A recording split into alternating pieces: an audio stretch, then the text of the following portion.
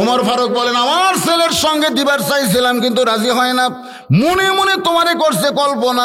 হোসেন বলতেছে, আমিরুল মুমিনিন, তাহলে মনে কষ্ট নিয়েন না, আমি সেই মেয়েকে বিয়ে করব যে মেয়েটা আমার 3টা প্রশ্নের উত্তর দিতে পারবে। ওমর ফারুক বলে, হোসাইন তাহলে প্রশ্ন 3টা বলো।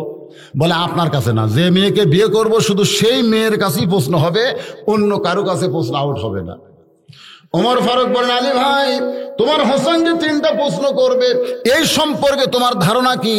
আলী বলতেছে, জীবনে প্রথম শুনলাম। ওমর কয়, যে প্রশ্ন আমি জানি না, তুমিও শোনো নাই, সেই প্রশ্নের উত্তর মেয়েটা কেমনি দিবে? তার মানে বোঝা গেল আমার ঘটকালি আল্লাহ কবুল করে নাই।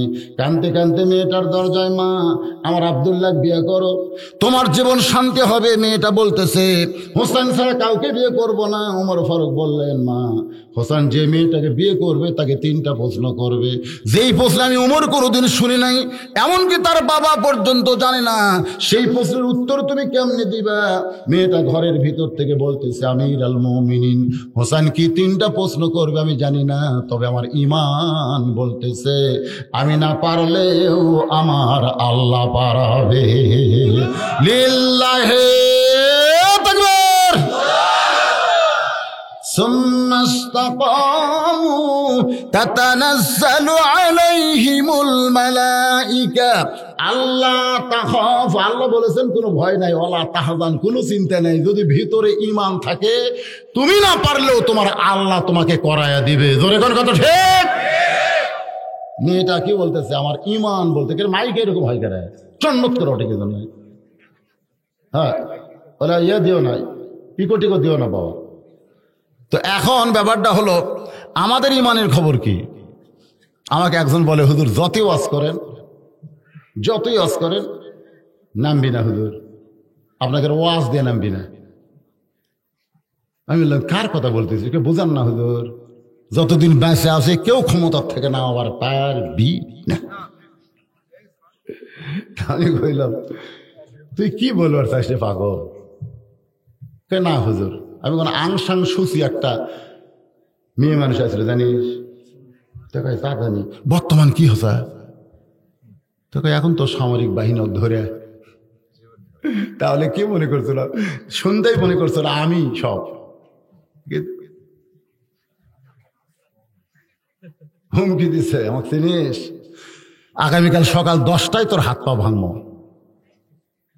আগামীকাল সকাল 10টায় তোর হাত পা ভাঙ্গা তোর সাইজ করবো। যা, এমন হুমকি মারছে। তো খুব নরম মানুষ ভাই। আসলে বর্তমানে বাংলাদেশে কিন্তু ভালো মানুষকে হুমকি দেয়। ধরে কোন কথা ঠিক কিনা? হুমকির ছোটে সন্ধ্যার সময় বাড়িতে কান্না শুরু করছে। বউ কয়, কান্দেন কে গো? কান্দেন কেন? বলে, সকাল 10টায় হাত পা ভাঙবে, এই জন্য কান্দিছি। তো দেশ কি বিচার নাই? এই দেশ কি মগের মূল্য হয়ে গেল যে আপনার সকাল 10টায় হাত পা ভাঙবে আর আপনি সন্ধ্যার সময় কান্দেন? এই দেশে চেয়ারম্যান আছে, মেম্বার আছে, কি কোন আছে না নাই? গ্রামের মাতব্বর আছে, তাদের কাছে বিচার দেন। স্বামী খালি মুচকি মুচকি হাসে। বউ কয়, হাসেন কেন? বলে, হাসার কারণ হলো তুই বজরিসের ওয়াজ শুনিস নি। তো বজরিস কি ওয়াজ করছে? যে 6 বছর পরে বাগানের মালিক জ্যৈষ্ঠ মাসে দেখতে গেছে আম পাকছে কিনা, যা দেখে ছোট্ট একটা ছেলে পাক আম পাড়তেছে আর ব্যাগের মধ্যে তুলতেছে। বাগানের মালিক কয়, আমি খাই নাই, বৌসল খাই নাই, আর তুই আমার কাছে আম পাড়তেছিস, তোর বাপক যা বিচার দেবো রে, এই তোর বাপক বিচার দেবো। ছেলে খালি মুচকি মুচকি হাসে। বাগানের মালিক বলে, হাসিস কেন? বলে, হাসার কারণ হলো আমার বাবা খোঁজা লাগবে না। খোঁজা লাগবে না, কোথায় যা বিচার দেবেন? ওই যে দেখেন আর এক গাছের চড়ছে। বাগানের মালিক নিতে বসে কয়, আল্লাহ বিচার দেবো কার কাছে রে? বেটাও সোর বাবাও সোর। বলতেছে, তুমি তো চেয়ারম্যানের কথা কইলে না যে আমাকে হুমকি মারছে সকাল 10টায় হাত পা ভাঙবে? চেয়ারম্যানকে বিচার দাও। ওই চেয়ারম্যানের চামছে, ওর পিছনে চেয়ারম্যান আছে দেখে তো আমাকে হুমকি মারছে। তো বউ বলতে, তাহলে বিচার দিবা কার কাছে? স্বামী বলতেছে, যার কেউ নাই তার আল্লাহ আছে।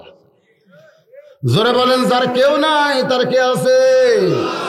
চোখের পানি বের করে মজলুম কাঁদতেছে।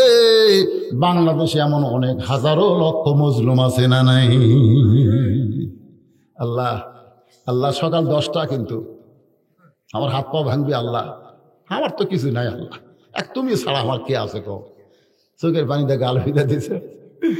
ওর বস দুপুরবেলা ওর প্যান্ট শার্ট পরিষ্কার করছে টাইলসওয়ালা বাথরুমে, কিন্তু ওই যে ফ্যানটা, সাবানের যে ফ্যানটা হয় এটার পরিষ্কার করেনি, কাপড় পরিষ্কার করে নিয়ে যাচ্ছে, ওই ফ্যানটা শুকে ওই টাইলসের উপরে ল্যালপা হয়ে আছে। ল্যালপা বোঝেন না, পিছলা হয়ে আছে। ওই তো 9টার সময়, রাত 9টার সময় পেশাব করে ঢুকছে, পঞ্চের স্যান্ডেল পাওয়া দিয়ে তলা সমান। আর বউ দুটি ল্যালপা করা থাকে দাঁড়িয়ে থাকে, ওই প্রতিদিনের মতন মাছ করে যাচ্ছে যে ওই জায়গাটা বসবি, কেবল পাও গেছে ভাই, তলা সমান, বোঝেন না, স্যান্ডেলের তলার কোনো ব্রেক নেই, ল্যালপার উপর দিয়ে গেছে মানে ব্রেক ধরার কোনো বুদ্ধি নেই, গাছ কাটলে দিনকে পড়ে সেরকম পড়েছে, পড়াও সারা ও মারে বাবারে বললাম রে, এই একটা সাউন্ড, তারপর আর কোনো সাউন্ডই নেই। বউ দৌড়ে এসে দেখে পাড়া শুয়ে আছে, চোখে মুখে পানি দিছে, হুঁশ ফেরে বলতেছে আমার মাজা নাই, একই কথা বলতেছে আমার মাজা নাই।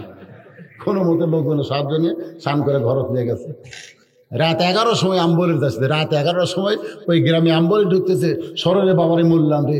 ও এখন চিন্তা করে এত রাত্রে অ্যাম্বুলেন্স কার বাড়ি, যে বের হওয়ার চাচ্ছে, বউ বলতেছে তো আপনার মনে নাই, হাত পা ভাঙবি। স্বামী কয় সকাল 10টাতে, এখন রাত 11টা, সময় বাকি আছে তো, দেখি তো। বার হয়ে দেখে ওরই বাড়ির, যাই হুমকি বাড়ছে ওরই বাড়ির দরজাতে অ্যাম্বুলেন্স। আস্তে আস্তে অ্যাম্বুলেন্সের কাছে এসে দেখে তক্তার মতন শান করে বার করতেছে, তক্তা যেমন বার করে এমন করে অ্যাম্বুলেন্সের মধ্যে ঢুকাইছে। ও সামনে অ্যাম্বুলেন্সের জানলার কাছে বলতেছে ভাইজান 10টা বাজতে অনেক বাকি। কান্দিস কা, হুমকি মারতিস, হাত পা ভাঙ্গা সোজা করবা, আল্লাহ কোন জায়গায় ল্যালপা করত হচ্ছে, এমন পড়া পড়বা তোমরা ব্রেক ধরবার পারবা না। জোরে কোন কথা ঠিক কিনা? আর কতগুলা কয় হবে কি রে, এত ড্যামেজ মার্কা ইমান নিয়ে কোরআনের মাহফিলে বসলে হবে না। জোরে কোন কথা ঠিক কিনা?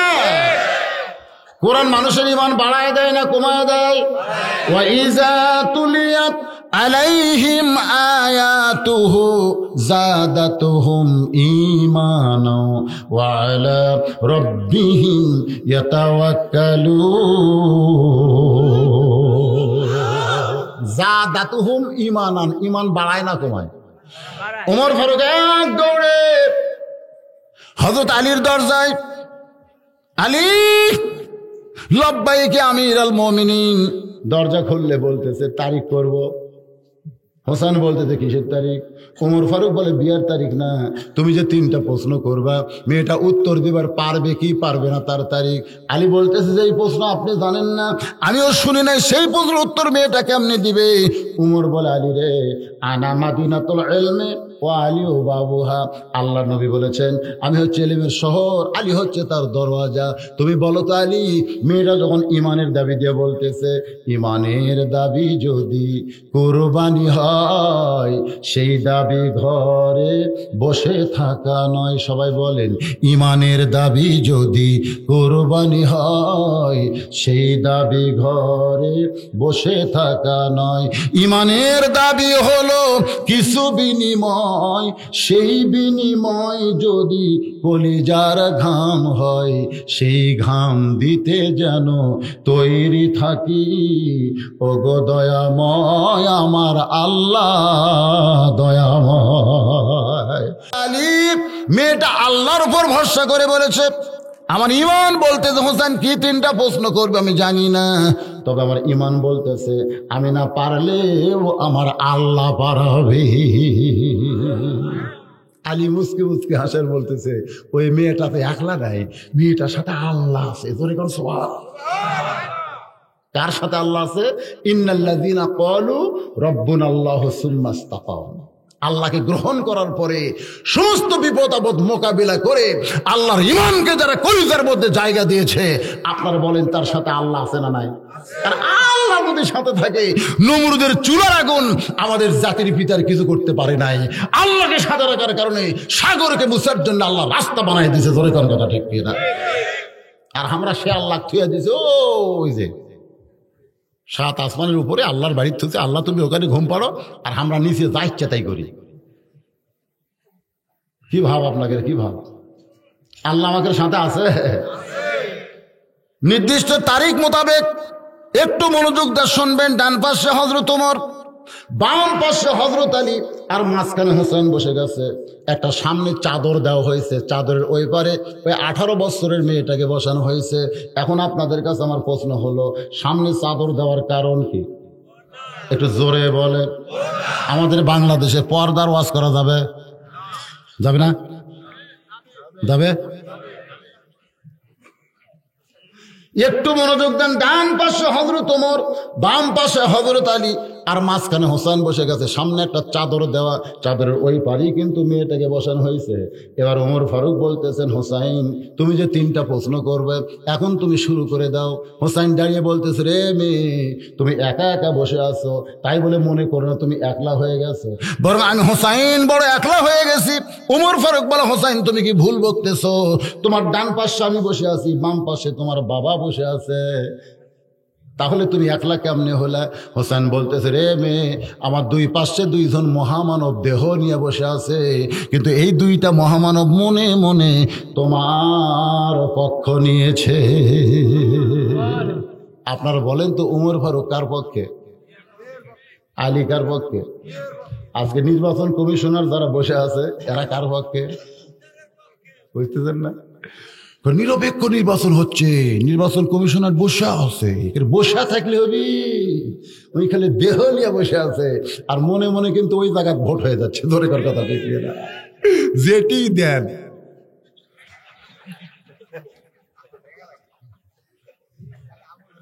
কি মনে করতেছে যে দেহ নিয়ে 2জন দুই পাশে বসে আছে মহামানব, কিন্তু মনে মনে পক্ষ নিছে কার?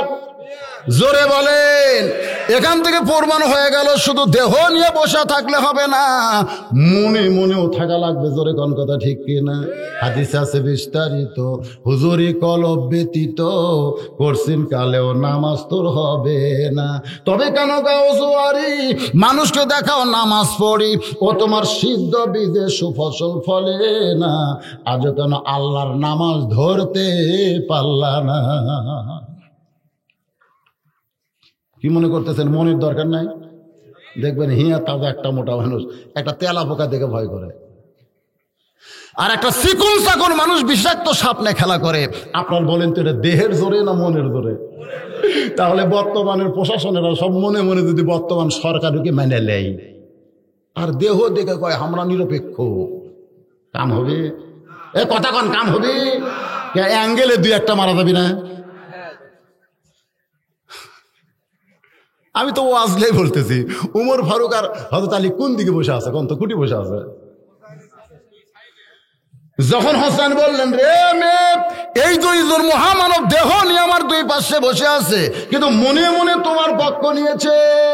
উমর ফারুক কোনো কথা বলতে পারলো না, আলীও কোনো কথা বলতে পারলো না, কারণ হোসেন আসল কথা হাত মারিছে। ওমর তো বললো, তো বাবা, ও বাবা তুমি ভুল করেছো না, আর ভুল না, আর ভুল। এখন তুমি প্রশ্ন শুরু করো। ও বাবাজিরা যারা বসে আছেন, মনোযোগ দিয়ে শুনবেন। হোসেন এবার মেয়েটাকে 1 নম্বর প্রশ্ন করতেছে, রে মেয়ে, আব্দুল্লাহ ইবনে উমরের সঙ্গে তোমার বিয়ে দিবার চাইলো, তুমি কি জানো 6 লক্ষ হাদিসের হাফেজ, 30 পারা কোরআনের হাফেজ, জোরে কান সুবহানাল্লাহ, আমার চাইতে লম্বাও 3 ইঞ্চি বেশি, আমি হলাম 5 ফুট 9 ইঞ্চি, আর আব্দুল্লাহ ইবনে উমর হলো 6 ফুট, আমার চাইতে লম্বাও বেশি, চেহারাও সুন্দর, বাপ হলো অর্ধ পৃথিবীর খলিফা, আর সেই আব্দুল্লাহ ইবনে উমরকে বাদ দিয়ে আমাকে তুমি মনে মনে করছো কামনা? মেয়েরে শোনো, আমি হলাম সেই হোসাইন যাকে বিয়ে করব, তাকে 3টা প্রশ্ন করব। তার মধ্যে 1 নম্বর প্রশ্ন হলো, আমার মাকে তুমি জানো? আমি কোন মায়ের সন্তান? এই সম্পর্কে তোমার কাছে আমার প্রশ্ন হলো, আমার মাকে তুমি জানো? সঙ্গে সঙ্গে হাতালি চমকে উঠছে, আমি ছেলের সঙ্গে আছি, আর ছেলে আমার কথা না বলে মায়ের কথা বলেছে। এখান থেকে প্রমাণ হয়ে গেল, বাবা আনন্দে মাতিয়া সাগরে ভাসাইয়া সেই যে চইলা যায় খবর লয় না, মাজন ধরিয়াই উদরে কতই যতন করে, 10 মাস পরে পায় প্রসবের বেদনা, এমন দরদি ভবে কেউ হবে না আমার মা গো। লিল্লাহি তাকবীর। আপনারা কি মনে করতেছেন সন্তানে যে প্রাইমারি ভর্তি হচ্ছে আর মাদ্রাসার ভর্তি হচ্ছে, এটা কার করে? এই যে কয়টা ওটি বসে আছে ওই সব কয়টার মা ভালো, সব কয়টার মা ভালো। কারণ ছেলে হওয়ার সাথে সাথেই মা নিয়ত করছে আমার ছেলেকে আমি হাফেজ বানাবো। আর কতগুলো মা গালসি উল্টো কই ইঞ্জিনিয়ার করবো, ইঞ্জিনিয়ার, ডাক্তার করবি, ডাক্তার না। ইঞ্জিনিয়ার ডাক্তার তো নিষেধ না, করেন আপনার ছেলে ইঞ্জিনিয়ার ডাক্তার হওয়া তো নিষেধ না, কিন্তু ভাইজান শৈশবকালীন শিক্ষাটা পবিত্র শিক্ষা দিতে হবে। কারণ নাপাকি শিক্ষা আর পবিত্র শিক্ষা এক নিয়ে তাকে আমি বলছিলাম যে এখন পর্যন্ত করোনার দোহাই দেয় প্রাইমারি বন্ধ আছে, তা হাফেজে মাদ্রাসা খুলে দিলেন কেন? একই ছাত্র, প্রাইমারি ছাত্রের বয়স যা, এ হাফেজে মাদ্রাসার ছাত্র বয়স তাই। তো করোনা ধরবে প্রাইমারি আর হাফেজে মাদ্রাসা ধরবে না। তখন নেতা বলতে হুজুর আপনার কানটা আমার মুখের কাছে দেন তো। তাই আমার কান মুখের কাছে দিলাম, ফিসফিস করে বলতে হুজুর আপনি জানেন না প্রাইমারি হলো না পাক হুজুর, আর হাফেজে মাদ্রাসা পাক। করোনা কোনোদিন পাকক ধরে না হুজুর। কারণ যাদের শিক্ষাটা শুরুতেই পাক হওয়া লাগবে, ধরে কল কি হওয়া লাগবে? পাক পবিত্র না হলে আপনি যখন আপনার ছেলেকে ভর্তি করে দিলেন 6 বছরের একটা বাচ্চাকে মাদ্রাসা, হুজুর কি বলবে? চলো কায়দা লেও, তাই কবি কায়দা লেওয়ার আগে বলবে সব পেশাব করবো, সব পেশাব করবার সব আগে তো পেশাব করা শিখাই, কিভাবে বসা লাগবে, কিভাবে ওঠা লাগবে, পানি কিভাবে দেওয়া লাগবে, কাশ কয়বার মারা লাগবে, ঢিলা কুলুপ কিভাবে ধরা লাগবে, লুঙ্গি যদি থাকে লুঙ্গি কি পায়জামার কুটি পকেট করা লাগবে, যন্ত্র বাইর করতে যেন সমস্যা না হয়। হাসতেছেন কেন? এগুলো সব ট্রেনিং দিয়ে তারপর অজু কিভাবে করা লাগবে, অজু টজু করে তারপর আসে এখন ধর, এখন ধর।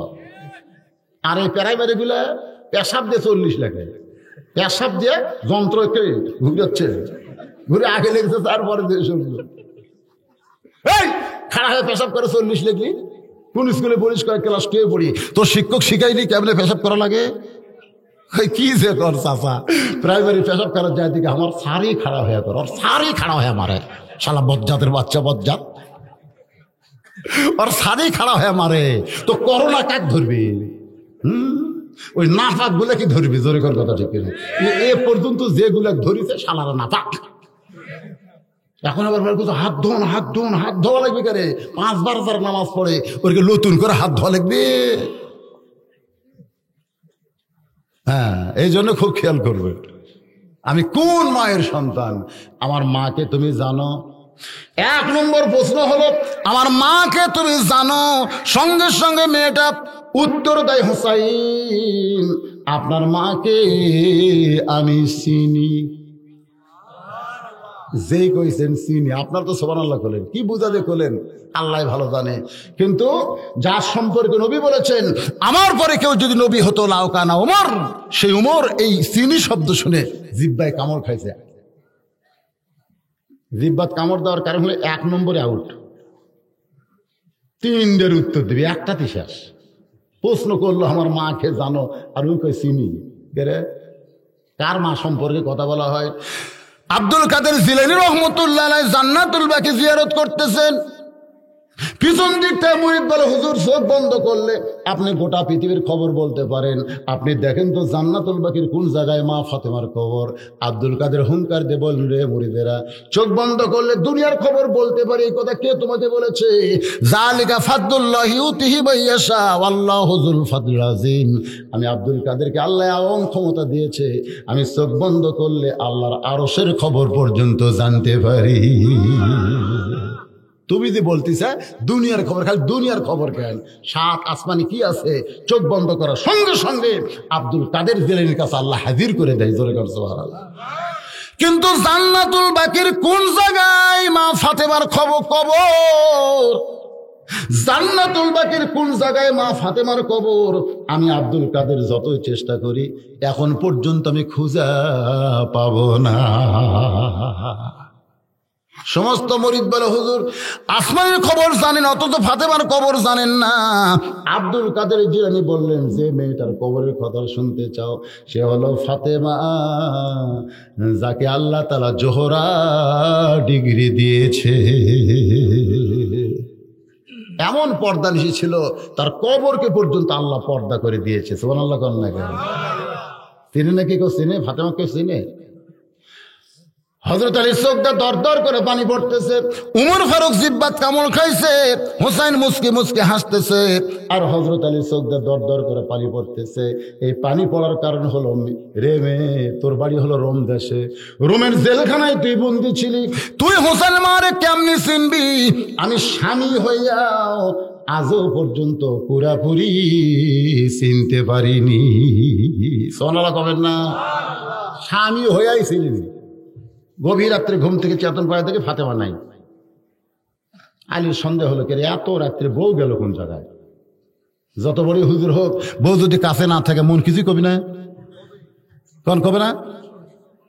আর আমি যত বড় হুজুর হই, আমার যদি কিছু ডিস্টার্ব হয়, আমার বইয়েরও মন কিছু বলতে পারে, তো পারে কি পারে না? কথা কর, সন্দেহ রোগটা আছে। হযরত আলী যেই মাত্র দরজায় দাঁড়াইছে, দেখে মরুভূমির ভিতরে কালো চাদর এরকম মাথায় দিয়া ফাতেমা খুব জোরে জোরে হাঁটতেছে। আর এই সন্দেহ হয়ে গেল, কি এত রাত্রে কালো চাদর মাথাতে যাবে কোথায়? নিরাপদ দূরত্ব বজায় রেখে পিছনে পিছনে হাঁটতেছে, চোর ধরার জন্য। জোরে গান, কি ধরার জন্য? আল্লাহর নবী যেই ঘরে ঘুমায় ওই ঘরে জানলার পাশে ফাতেমা দাঁড়ায়া বলতেছে, ও বাবা, আমি কোনো নবীর কাছে আসি নাই, আমি একজন দুঃখী মেয়ে বাবার ঘরের জানলায়। আলী চমকে উঠল, কি কথা বলেছে? আমি কোনো নবীর কাছে আসি নাই বাবা, আমি তোর নবীর কাছে আসি নাই, আমি একজন দুঃখিনী মেয়ে বাবার ঘরের জানলায়। সঙ্গে সঙ্গে আল্লাহ নবী দরজা খুলে দেয়।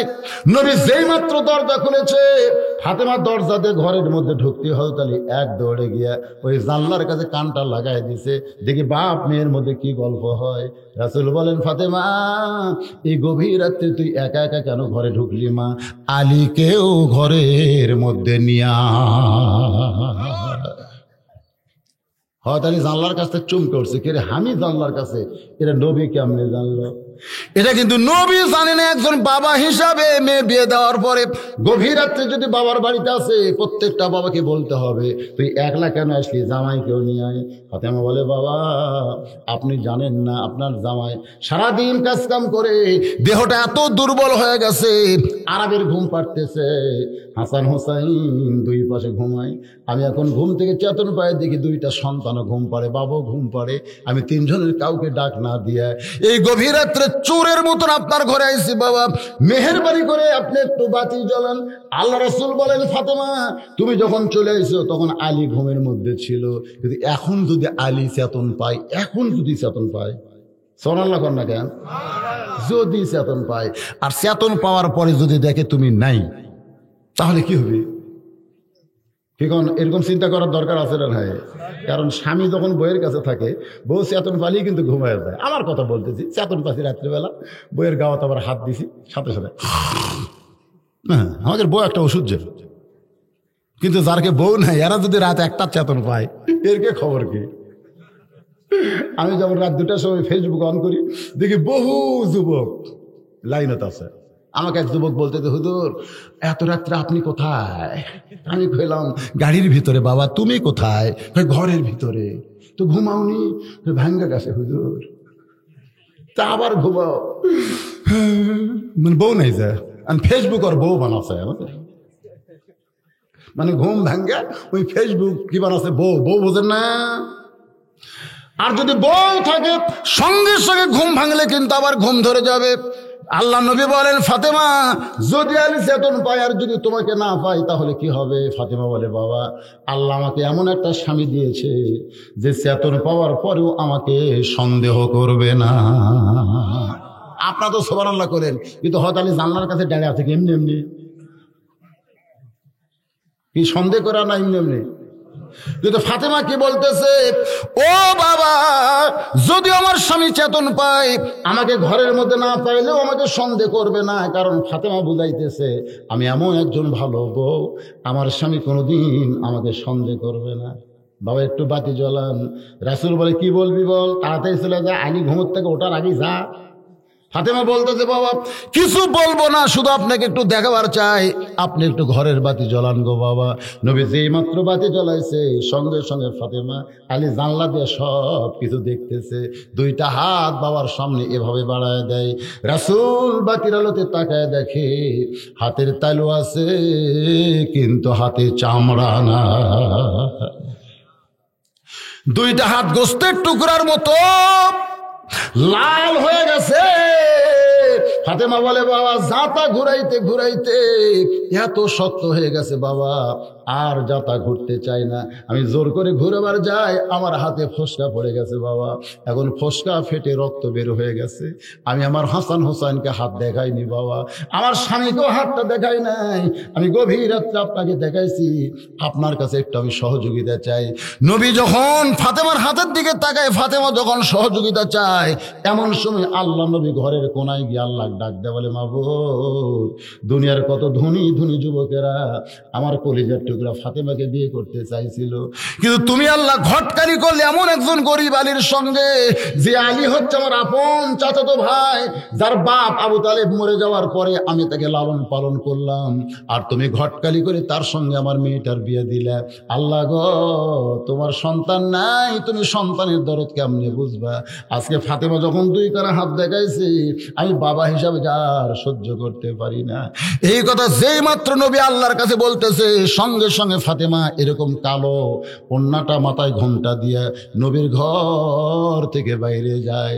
রাসূল ডাক দেয়, বলে ফাতেমা, আমি তো তোর বিরুদ্ধে কিছুই বলিনি মা, তুই কেন ঘর থেকে কেন বার হয়ে যাস? ফাতেমা বলতেছে, বাবা আপনি বলেছেন আল্লাহর পরে কাউকে যদি সেজদা দেওয়ার হুকুম থাকতো, তাহলে ফাতেমা আলীর পায়ে সেজদা করতি, কিন্তু আল্লাহ ছাড়া কাউকে সেজদা দেওয়া যাবে না। এই কথার দ্বারা আপনি কি বুঝাইলেন? একজন মেয়েদের কাছে আল্লাহর পরে সবচাইতে যিনি দামি, সেই মহান ব্যক্তি হলো তার স্বামী। আমার স্বামীর বিরুদ্ধে আপনি আল্লাহর কাছে বলবেন, আর আমি ফাতেমা চুপি চুপি আমি শুনবো, সেই বিবে আমি না। ফাতেমা এই কথা বলে যখন বের হয়ে যায়, পিছন দিক থেকে নবী চিৎকার করে বলে, মাবুদ, এই ফাতেমা কে গো? এই ফাতেমা কে?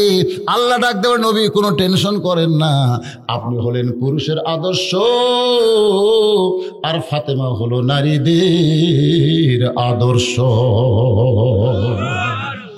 আলীর চোখটা দরদর করে পানি পড়তেছে, হোসাইন মুসকি মুসকি হাসতেছে, আর হযরত ওমর জিহ্বাত কামড় দিয়ে আছে।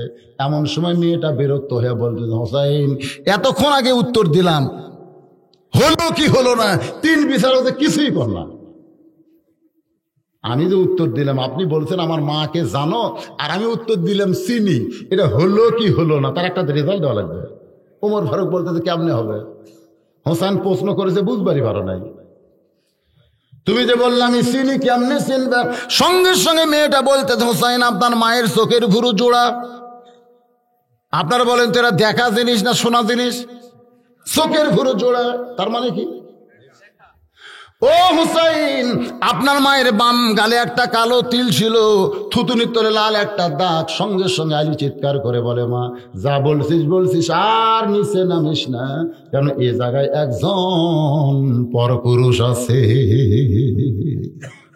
চোখের ভুরো জোড়া, বাম গালে কালো একটা তিল, থুতুনির তলে লাল একটা দাগ। যেই কইছে, বাবা যা বলছিস বলছিস, আর বলিস না, এই জায়গা এই তিনজনের মধ্যে একটা পরপুরুষ আছে। আপনার বলে তো সেই পরপুরুষের নাম কি? হ্যাঁ, যে উমর সম্পর্কে রাসূল বলেছেন, আমার পরে কেউ নবী হলে উমর হতো, সেই মহামানব উমর যদি পরপুরুষ হয়, তাহলে মুরিদের বইয়ের কাছে পীর কি পুরুষ? পীর। আজকে তো আপনি পীরক বাবা বানালে দিলেন। বাবা বউ বলতেছে, যাও তো বাবার একটু খেদমত করো, যাও, জান্নাত যদি পাবার চাও বাবার গাওয়াত তেল দাও। বাবার গাওয়াত দিবার কথা, গাও মানে কি গোটাল শরীর। এখন আপনার বউ যদি আপনার বাপের গাওয়াত তেল দিবার দেয়, ও জায়গা তো তেল দিবার চাই, তখনকার বাপ থাকবি কারে ভাই? হাসেন না। বাংলাদেশে এই পীর ব্যবসা নিয়ে সবচাইতে জঘন্যতম কাজ হচ্ছে ইসলামের, জোরে কোন কথা ঠিক? সবচাইতে জঘন্য। এই শালা শয়তান পীরেরা এখন হামাকের বিরুদ্ধেও ওয়াজ শুরু করছে। ভাইরাল হলো, মসজিদ ঘরে আল্লাহ থাকে না, মসজিদ ঘরে আল্লাহ, মসজিদ ঘরে বলে আল্লাহ নাই। আল্লাহ কুটি আছে? মসজিদ কার ঘর? কথা কর, মসজিদ কার ঘর? এসপির ঘরে এসপি থাকে, ডিসির ঘরে ডিসি থাকে, থাকে কি থাকে না? তো আল্লাহর ঘর কে থাকবে? আর আমি কই, মসজিদ ঘরে আল্লাহ থাকে না। শোনো বাবা মৌলানা, মসজিদ ঘরে আল্লাহ থাকে না। গান বাজতেছে, তার ভিউ কি জানেন? প্রতি ঘন্টায় লক্ষ ভিউ। তার খুব দেখতেছে। আমি কই, মসজিদ ঘরে আল্লাহ নাই, সেটি যে নামাজ পড়ে লাভ কি রে? আমাদের মতন আলেমদের বিরুদ্ধে এই ভণ্ডরা কথা বলতেছে। শোনেন, উমর ফারুকের মতন মহান ব্যক্তি যদি পরপুরুষ হয়, তাহলে পীরেরা আপনার বইয়ের কাছে কি পুরুষ? একজন কাছে দুইজন আর কয় না, ধরে কন কি পুরুষ? আলী বলতেছেন, মা হোসেনের মায়ের চোখের ভুরু জোড়া, এটা আমি বলতে পারবো স্বামী হওয়ার কারণে, কারণ বারবার ওই কপালে আমি চুমা খাইছি। সুবহানাল্লাহ খান। স্বামী হিসাবে বইয়ের কপালে চুমা খায় না, তাই চোখের ভুরুর খবর আপনার বইয়ের চোখের ভুরুর খবর কি? আপনাদের বইয়ের বউ নাই? যদি আপনাকে বলি, কে ভাই আপনার বইয়ের চোখের ভুরুর খবর কি? না, আমি দেখিনি হুজুর, তবে আমি ভাবিরটা করবো না। মানে ভাবিরটা খবরবি, বইয়েরটা খবরবে। শালা শয়তানেরও কিছু লোক আছে না। যদি বলা হয় তোমার বইয়ের বাম গালে তিল আছে, কই বইয়েরটা কবর পারবো না, তবে শালিরটা কবর পারবো। জোরে কোন এরকম শয়তান মার্কা লোক আছে না? হযরত আলী বলতেছেন, হাসান হোসেনের মায়ের চোখের ভুরু জোড়া, এটা আমি বলতে পারি স্বামী হিসেবে। হোসেন বলতে পারে তার মায়ের বাম গালে কালো একটা তিল আছে। নবী বলতে পারে তার থুনির তলে একটা লাল দাগ আছে। কিন্তু রোম দেশের জেলখানায় বন্দি থাকা তুমি মেয়ে কেমনে বললা? তুমি কেমনে বললা? মেয়েটা বলতে যে মুরব্বী, ওই রোমের জেলখানার মধ্যে যখন বন্দি ছিলাম, ওই বন্দি অবস্থায় শিরদিল কারারক্ষী যখন আমাকে চাবুক মারতো, ওই চাবুক মারতে মারতে একসময় আমি বেহুশ হয়ে পড়ে যেতাম। একদিন একটু বিরক্ত হয়ে আল্লাহকে বললাম, আল্লাহ তুমি আছো আসমানে আর নবী আছে মদিনায়, এই রোমের জেলখানার মধ্যে এত নির্যাতন আমাকে করে, আমাকে দেখার মতন কেউ নাই। আল্লাহ তুমি আমার মৃত্যু দাও, আমি মরে যাব, কিন্তু এত নির্যাতন আমি সহ্য করতে পারবো না। আল্লাহ বলেছেন সুম্মাস্তাকাম, এর প্রতি তোমাকে অটল থাকতে হবে। এক সময় অটল অবস্থায় ঘুমিয়ে গেলাম। ওই ঘুমের মধ্যে স্বপ্নে দেখি আমার শিওরের পাশে একজন নূরের পুতুলি বসে আমার মাথার চুলের মধ্যে হাত দিয়ে আমার শান্তি দেয়। আমি বললাম, কে গো আপনি? জান্নাতের হুরি না বেহেশতের পরী? আমার মাথায় হাত দিয়ে বললেন, মা আমি জান্নাতের হুরিও না বেহেশতের পরীও না, আমি হলাম জগৎ বিখ্যাত মা ফাতেমা। আমি শুধু তাকায় দেখলাম তার চোখের ভুরু জোড়া, বাম গালে কালো একটা তিল ছিল, থুতুনির তরে লাল একটা দাগ দেখেছি। সঙ্গে সঙ্গে হোসেন চিল্লায় বলে, রে মেয়ে, 1 নম্বর প্রশ্নের উত্তর যেমন আশা করেছিলাম তার সাথে 100 গুণ তুমি সুন্দর দিয়েছ। ওমর ফারুক বলে, আলী ভাই আমার ঘটকালি আল্লাহ কবুল করেছে। হোসেন বলে, এত সহজ না, 3টা প্রশ্নের উত্তর দিয়ে করবো বিয়ে, নসেদ কিন্তু আমি বিয়ে করব না। ওমর ফারুক বলে, হোসেন তাহলে এখন 2 নম্বর প্রশ্ন করো। হোসেন বলতেছে, রে মেয়ে, আমার 2 নম্বর প্রশ্ন হলো 6 বছর বয়সে তুমি ঈমান গ্রহণ করেছো, একটু মনোযোগ দিবেন। এটাই কিন্তু সুম্মাস্তাকামু তাতানাজ্জালু আলাইহিমুল মালাইকা, একটু মনোযোগ দেন। 6 বছর বয়সে তুমি ঈমান গ্রহণ করেছো, তোমার দাদা হলো খ্রিস্টান, তোমার মা হলো খ্রিস্টান, তোমার বাবা খ্রিস্টান, যেই দেশে তুমি জন্ম হয়েছো ওই দেশে সকলেই খ্রিস্টান। তাহলে একজন খ্রিস্টান দেশের মেয়ে 6 বছরে কেমনে ঈমান গ্রহণ করলা? এটাই হলো আমার 2 নম্বর প্রশ্ন। মেয়েটা দাঁড়িয়ে বলে, হোসাইন 6 বছর বয়সে ঈমান কেমনে গ্রহণ করলাম যদি জানতে চান তাহলে শোনেন, আমি দুনিয়ার সাধারণ ঘরের কোনো মেয়ে না, আমার দাদা হলো রোম সম্রাট কাইসার। লিল্লাহি তাকবীর। ওমর ফারুক বসেছিলেন, দাঁড়িয়ে গেছেন যে মেয়েটা বলতেছে আমি সাধারণ ঘরের কোনো মেয়ে না। তাহলে কি বোঝা গেল? সাধারণ। তার দাদা হলো রোম সম্রাট কাইসার। পরন্ত বিকেল বেলায় দাদা অন্দর মহলে গিয়া আমার মাকে বলতেছে, আমার নাতনি কোন জায়গায়? আমি ঘর থেকে বের এসে বসলাম, দাদু ভাই, কারণ প্রত্যেকটা দাদা নাতনিকে ভালোবাসে আর প্রত্যেকটা নানা কিন্তু নাতিকে ভালোবাসে।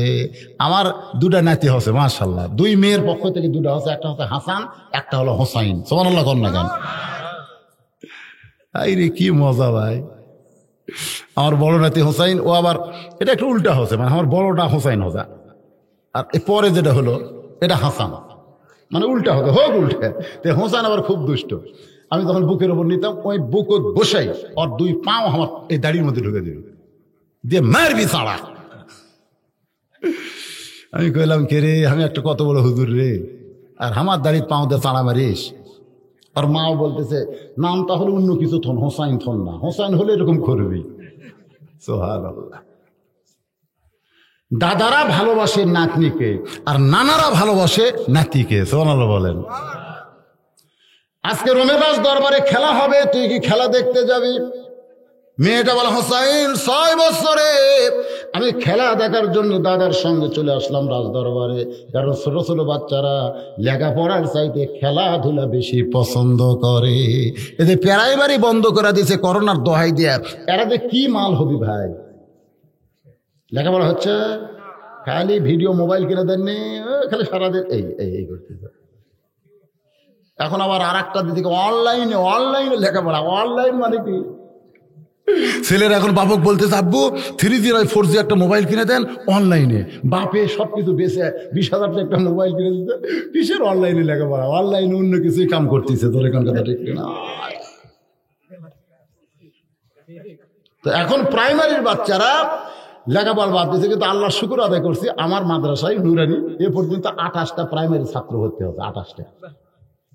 আমি সব মাদ্রাসায় খুঁজলাম, খবর কি ছাত্র ছাত্রী জায়গা দেওয়া যাচ্ছে না, সব প্রাইমারি বাদ দিয়ে মাদ্রাসায় ভর্তি হচ্ছে। আমি বলছি, আল্লাহ করোনা আর 2 বছর থাকে, আল্লাহ আর 2টা বছর করোনা থাকলে প্রাইমারি খেলে ঘর থাকবি, একটাও ছাত্র থাকবি না। ধরে ঘর কথা ঠিক। হ্যাঁ, প্রত্যেকটা বাপ করছে, হুজুর নুরানি মাসে ভর্তি করে দেবো, প্রাইভেট খুলবি না, প্রথম দিয়ে ভর্তি করে দিয়ে গেছে। আমরা তো সাইজ করতেছি, আরো প্রাইমারি দেবি। আমি 28টা করছি, যদি প্রাইমারি খোলে তোরা যাবো? না কি কন, এটা ছেড়ে ওটা যাবো।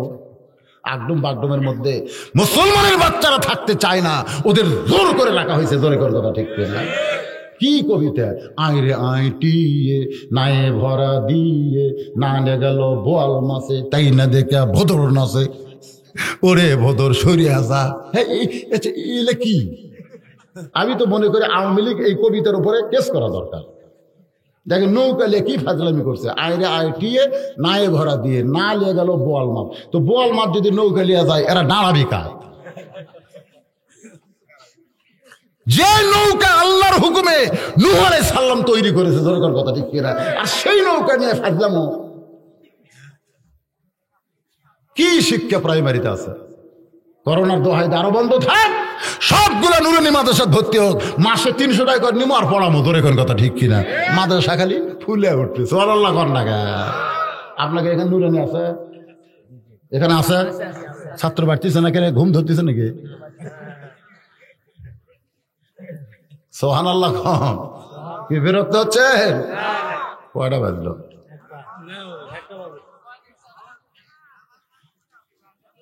না বাজুক, ওয়াজ আর বেশি সময় নেই, অল্প সময়ের মধ্যে শেষ হবে। একটু খেয়াল করেন। মেয়েটা বলে, হোসাইন 6 বছর বয়স আমি দাদার সঙ্গে খেলা দেখার জন্য রাজ দরবারে আসলাম। রাজ দরবারে খেলা হবে, সংসদ ভবনে গান হবে। দরকার কথা ঠিক কিনা? প্রতি মিনিটে 35,000 টাকা খরচ। আর সেই সংসদ ভবনে মমতাজ গান কয় 10 মিনিট। গায়িকা দিচ্ছেন আপনারা জায়গা, নাউজুবিল্লাহ কয় লাভ আছে? কি জানে এই মমতাজ? কি জানে রে? ওই গানই জানে, ওই তো গানই কবি।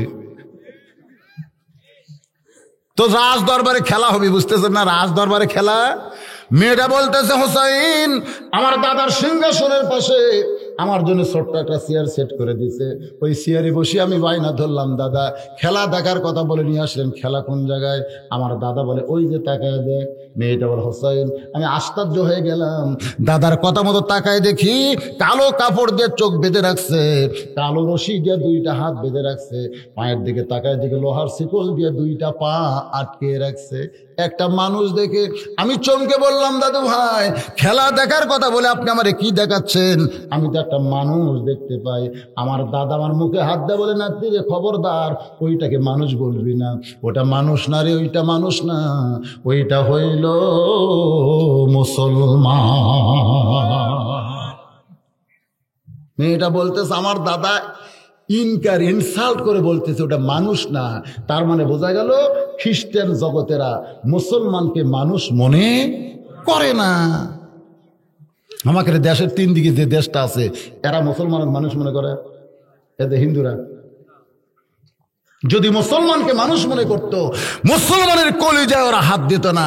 কারণ মুসলমান নিজের জীবনের চাইতেও মসজিদকে বেশি ভালোবাসে।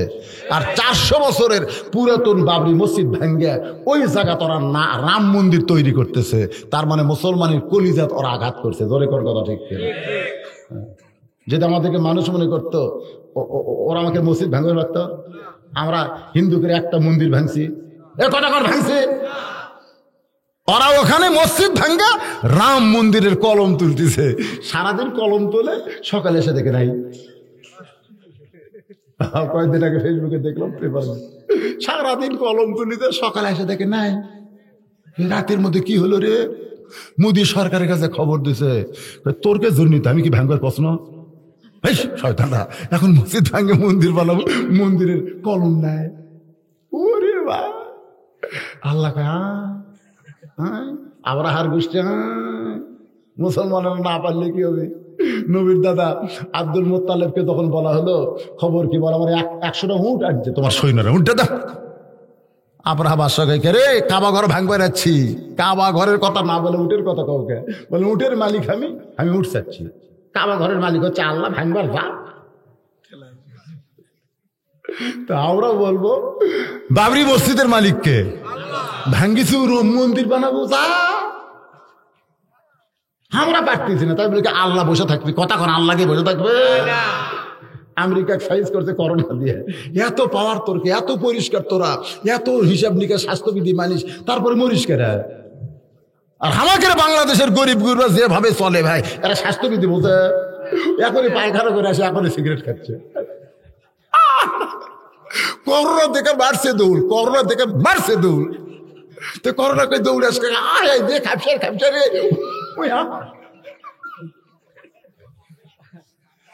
সুবহানাল্লাহ। আজকে বাংলাদেশে যারা বেশি স্বাস্থ্যবিধি বাঁধতেছে, ওরকে কি করোনা ধরতেছে? দরকার কথা ঠিক কিনা? আসেন মূল কথায় চলে আসি।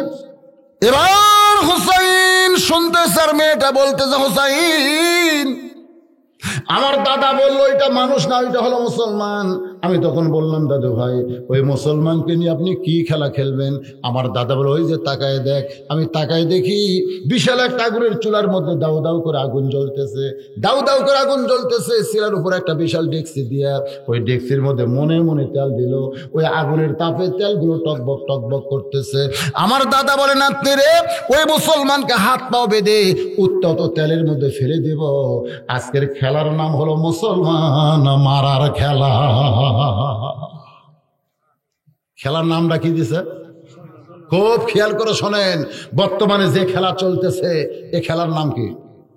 কথা বল না, খেলার নাম কি? মুসলমান মারার খেলা।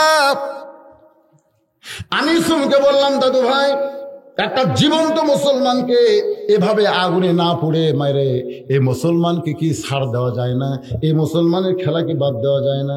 আমার দাদা বলে 100 বার বাদ দেওয়া যাবে, যদি মুসলমান একটা বারের জন্য বলে আল্লাহ রাসূল মানি না। শুধু একটা বার বলবে আল্লাহ রাসূল মানি না, চোখের বাঁধন খুলে দিব, হাতের বাঁধন খুলে দিব, পায়ের শিকল খুলে দেওয়া হবে। মেয়েটা বলে, হোসাইন আমি 6 বছরের ছোট্ট মেয়ে, ওই মুসলমানের কাছে গিয়ে বললাম, মুসলমান একটা বারের জন্য বলো আল্লাহ রাসূল মানি না। তাহলে আমার দাদা তোমাকে ছেড়ে দেবে, ওই আগুনের মধ্যে তোমাকে পুড়ে মারবে না। মুসলমান আমার দিকে তাকে বলে, মা তুমি ছোট্ট মানুষ, তুমি বোঝো না, তুমি মনে করতেছো আগুনের চুলার মধ্যে আমার মৃত্যু হবে। কিন্তু একজন মুসলমানের কাছে জীবনের কোনো দাম নাই। একজন মুসলমান দরকার হলে দুনিয়ার সব কিছু বাদ দিবে, কিন্তু আল্লাহ রাসূলকে বাদ দিবার পারবে না। ইন্নাল্লাযীনা ক্বালু রাব্বুনাল্লাহু সুম্মা ইসতাকাম। আল্লাহু আকবার। মেয়েটা বলে, হোসাইন আমার দাদা তখন হুঙ্কার দিয়ে দাঁড়িয়ে গেল, চিৎকার দিয়ে বলতেছে, আর সময় দেওয়া যায় না, মুসলমানকে নিয়ে আসো, খেলা হবে, আসো খেলা হবে, নিয়ে আসো। কি হবে? খেলা। এখন আমার দাদা চিৎকার দিয়ে বললেন, খেলা হবে। দাদার সৈন্যরা ওই মুসলমানকে ওই হাত পাও বাঁধা অবস্থায় চোখ বাঁধা অবস্থায় টেনে টেনে আগুনের চুলার দিকে নিয়ে আসতেছে। মুসলমান একটা বারের জন্য বলতেছে না, একটা বারের জন্য বলতেছে না যে আমি যাব না, আমি যাব না। সিনা টান করে মুজাহিদের দিকে হাঁটতেছে, মুজাহিদ হয়ে সিনা টান করে হাঁটতেছে। আমি চমকে গেলাম, একজন জীবন্ত মানুষকে আগুনের চুলার মধ্যে পুড়ে মারবে, তারপরেও লোকটা মরার জন্য আসতেছে। যখন মুসলমান আসতেছে বিল বিল করে কি যেন বলতেছে, মেয়েটা বলে হোসাইন আমি তখন বুঝতে পারি নাই, কিন্তু এখন বুঝতে পেরেছি ওই মুসলমান তখন পড়েছিল ওয়ালা তাকুলু লিমান ইউকতালু ফি সাবিলিল্লাহি আমওয়াতুন বাল আহইয়াউ ওয়ালাকিন লা তাশউরুন। আল্লাহ রাস্তায় যাদেরকে হত্যা করা হয়, আল্লাহ বলেছে তোমরা তাদেরকে মৃত্যু বলো না, আমি আল্লাহ বলতেছি তারা চিরজীবন পেয়ে গেছে। জোরে কোন সুবহানাল্লাহ। মেয়েটা বলে হোসাইন যখন একেবারে আগুনের চুলার কাছে নিয়ে আসলো, তখন আমি উঠে দৌড়ে যেতে চাইলাম।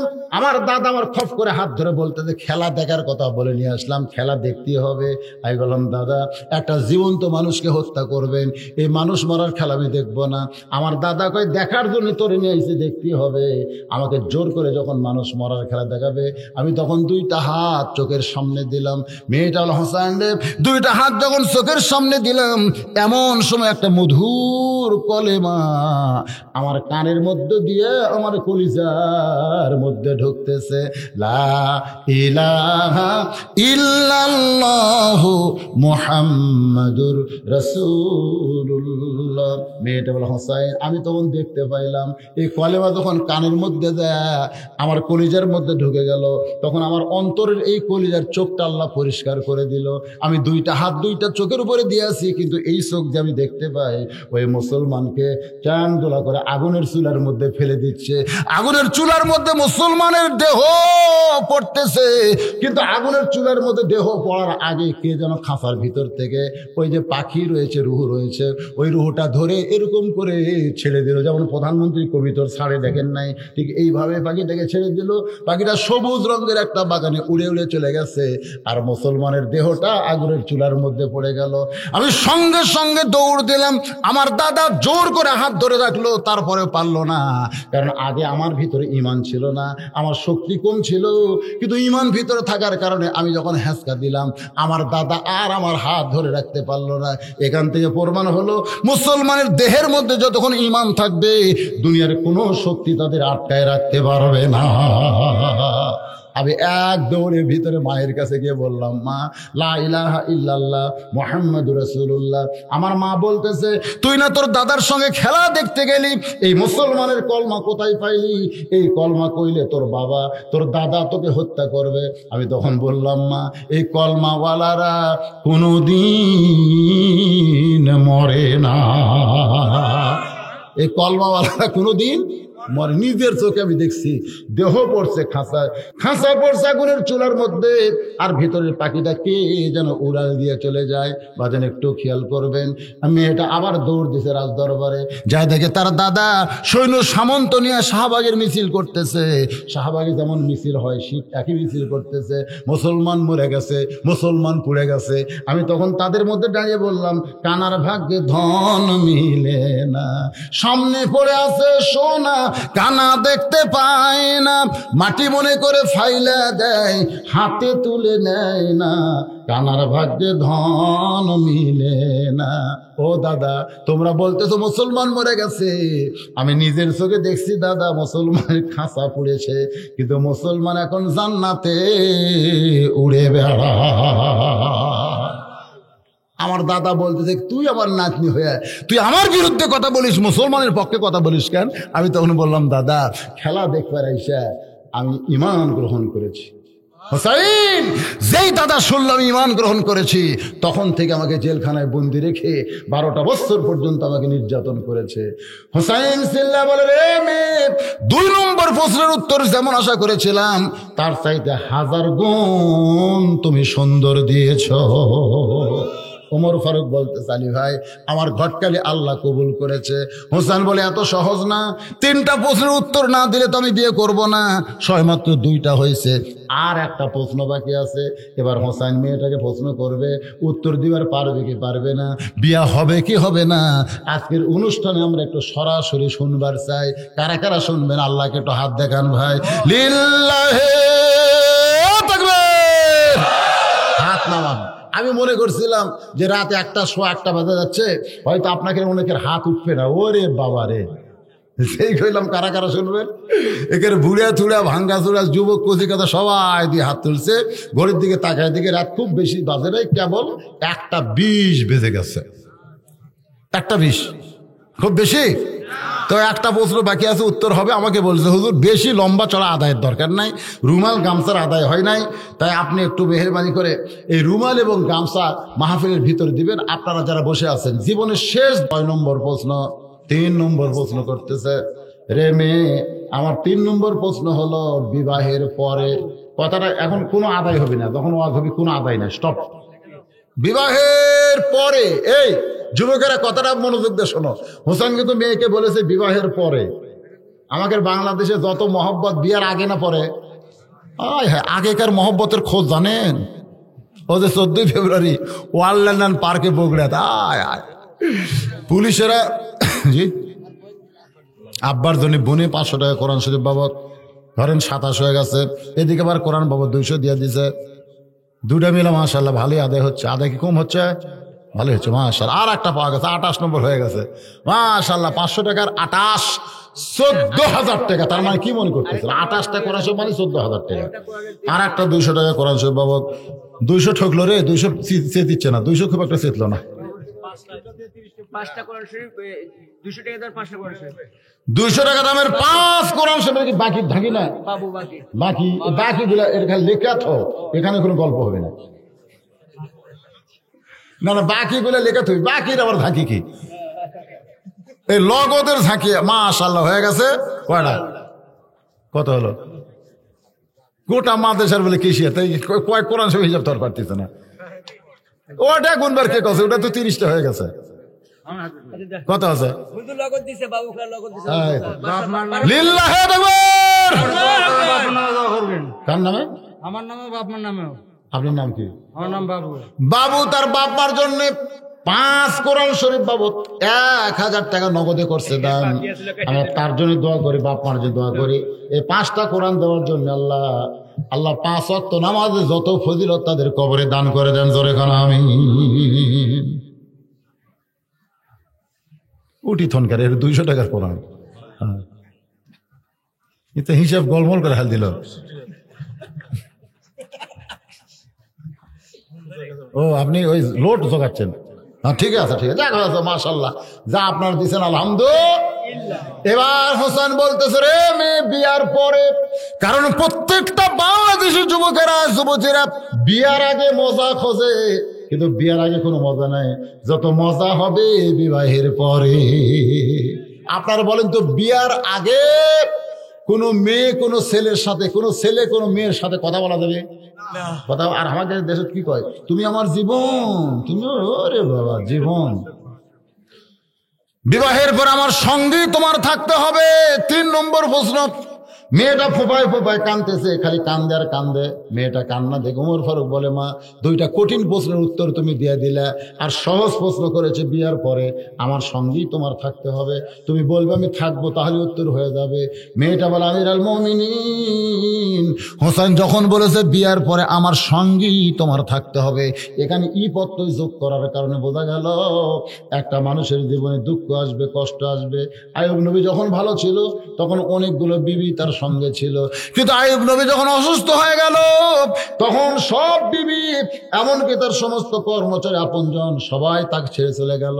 এক সময় গোটা দেহ যখন পছন্দ ধরে গেল, তখন তার বাড়ি ঘর থেকে বের করে তাকে জঙ্গলের মধ্যে রেখে গেল। জঙ্গলের মধ্যে যখন আইয়ুবরে রাইখা যায়, সবাই ছেড়ে গেল, একজন বিবি কিন্তু আইয়ুব নবীকে ছাড়ে নাই, যে বিবির নাম হলো রহিমা। ওই রহিমা যেমন আইয়ুব নবীর সঙ্গে ছিল সুখের দিনেও দুঃখের দিনেও, হোসাইন হুসাইন, আমি আপনার 3 নম্বর প্রশ্ন বুঝতে পেরেছি। আপনার জীবনে যে দুঃখ আসবে, ওই দুঃখের দিনেও আমি আপনার সঙ্গে থাকতে চাই। সঙ্গে সঙ্গে হুসাইন বলল, রে মেয়ে, 3 নম্বর প্রশ্নের উত্তর যেমন আশা করেছিলাম তার চাইতে 100 গুণ তুমি সুন্দর দিয়েছো। ওই হোসেনের সঙ্গে মেয়েটার বিয়ে হলো। মেয়েটা না হলো শাহের বানু। হোসেনের জীবনের সবচাইতে বড় দুঃখ হলো কারবালার ট্রাজেডি। কারবালার ময়দানে বাজার এক সময় হোসেনের দেহ থেকে মস্তকটা যখন বিচ্ছিন্ন করে নিয়ে যায়, ওই যে ইয়াজিদের বাহিনী বাজান তার নেতৃত্বে হোসাইনের দেহের উপর দিয়ে ওই ঘোড়াগুলো ছুটানো হলো। ওই ঘোড়া ছুটানোর পরে গোটা দেহ যখন ছিন্ন বিচ্ছিন্ন হয়ে যায়, হোসেনের দেহের বিবি তখন একটা ওন্নার মধ্যে ওই দেহের সমস্ত গোস্ত টোস্ত একত্র করে ওই গোস্তটা টোপলা করে মনে হয় বাজার থেকে কিনে আনছে, সেই গোস্তের মতো উপর হাত দিয়ে বলে, হোসাইন, আপনি প্রশ্ন করেছিলেন বিবাহের পর আমার সঙ্গেই থাকতে হবে, আপনার শেষ মুহূর্ত পর্যন্ত আমি সঙ্গে ছিলাম। এখন আপনার কাছে আমি আরাধনা করে আল্লাহর কাছে বলি, আল্লাহ, আমার স্বামীর সঙ্গে শুধু দুনিয়াতে নয় জান্নাতেও একসঙ্গে থাকতে চায়। আমার মায়েরা বোনেরা, আজকের আলোচনার ভিতর দিয়ে আপনাদের কিন্তু পর্দার কথাও বলেছে মা। সবচাইতে বড় কথা হলো, ইন্নাল্লাযীনা ক্বালু রাব্বুনাল্লাহু সুম্মা ইসতাকাম, নিশ্চয় যারা আল্লাহকে রব বলে স্বীকার করবে, নানা রকম বিপদ আপদ মুসিবত দিয়ে তাদেরকে পরীক্ষা করা হবে। সমস্ত বিপদ আপদ মুসিবতকে জয় করতে হবে আল্লাহর প্রতি অটল থেকে। আল্লাহ যেন আমাদের সকলের জীবনে কবুল করেন। সকলে বলে আল্লাহুম্মা আমিন। ভাইজান, পাশে আমার 10 তারিখে একটা মাহফিল আছে, পাশে। আল্লাহ যদি হায়াতে রাখে আবার দেখা হবে আপনাদের সাথে ইনশাআল্লাহ। ইস্তিগফার পড়ে আস্তাগফিরুল্লাহ রাব্বি মিন কুল্লি জামবি ওয়া তুবু ইলাইহি, আস্তাগফিরুল্লাহ রাব্বি মিন কুল্লি জামবি ওয়া তুবু ইলাইহি, লা হাওলা ওয়ালা কুওয়াতা ইল্লা বিল্লাহিল আলিয়্যিল আযীম। কি করা লাগবে আমাকে বলেন, কি করা লাগবে? লাইন হয়ে বসেন। হ্যাঁ, লাইন হয়ে বসেন, নাকি প্যাকেট না প্যাকেট?